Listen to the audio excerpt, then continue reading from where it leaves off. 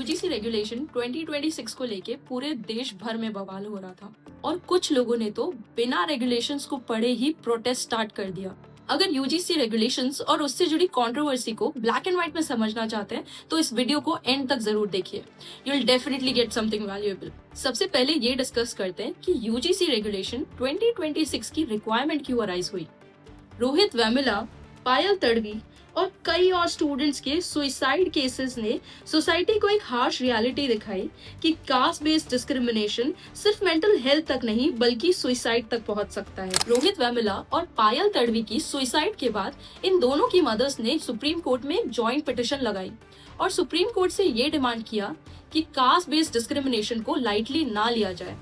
और इसी के चलते सुप्रीम कोर्ट ने यूजीसी को डायरेक्शंस इशू किए कि 2012 का यूजीसी रेगुलेशन सिर्फ एक एडवाइजरी और रिकमेंडेशन फॉर्म में है। 2026 में एक नए रेगुलेशंस लाए जाए जो मैंडेटरी फॉर्म में हो और जिससे कास्ट बेस्ड डिस्क्रिमिनेशन को इजीली इरेडिकेट किया जा सके। और सुप्रीम कोर्ट के इसी डायरेक्शंस को कंप्लाई करते हुए यूजीसी 13 जनवरी 2026 में मैंडेटरी इक्विटी रेगुलेशंस लेके आया, जिससे स्टूडेंट को लगे कि कास्ट बेस्ड डिस्क्रिमिनेशन जब भी उनके साथ हो तो सिस्टम उनके साथ खड़ा है।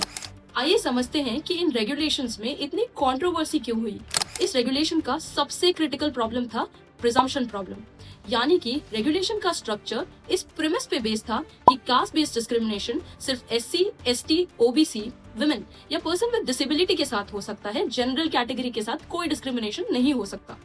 और इस कंट्रोवर्सी का दूसरा सबसे इंपॉर्टेंट कारण था कि final version of UGC regulations में फॉल्स कंप्लेंट्स जैसे प्रोविजंस को रिमूव कर दिया गया जो ड्राफ्टेड वर्जन में ऑलरेडी इंक्लूडेड थे।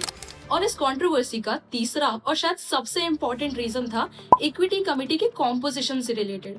यूजीसी रेगुलेशन 2026 में इक्विटी कमेटी फॉर्म होनी थी। उस कमेटी का काम था स्टूडेंट्स की कंप्लेंट को रिजॉल्व करना और उस कमेटी में जो रिप्रेजेंटेशन होनी थी वो एससी, एसटी, ओबीसी, विमेन से होना मैंडेटरी था। बट जनरल कैटेगरी के रिप्रेजेंटेशन से रिलेटेड कोई बात नहीं लिखी थी और शायद इसीलिए neutrality and principle of natural justice पे सवाल खड़े होने लगे। In my opinion UGC regulation 2026 का इंटेंट बड़ा क्लियर है कि कास्ट बेस्ड डिस्क्रिमिनेशन को खत्म करना और इंडिया में कास्ट बेस्ड डिस्क्रिमिनेशन के चलते बढ़ते सुसाइड केसेस को खत्म करना। बट जितना इसका इंटेंट क्लियर है उतनी ही इसकी ड्राफ्टिंग पुअर, इनएडिक्वेट और वेग है, जिससे इस रेगुलेशन का मिसयूज होने का चांस बढ़ जाता है। तो क्या एंटी डिस्क्रिमिनेशन लॉ सबके लिए इक्वल होना चाहिए या सिर्फ कुछ कास्ट को ही प्रोटेक्शन मिलनी चाहिए? Do let me know your thoughts in the comment box.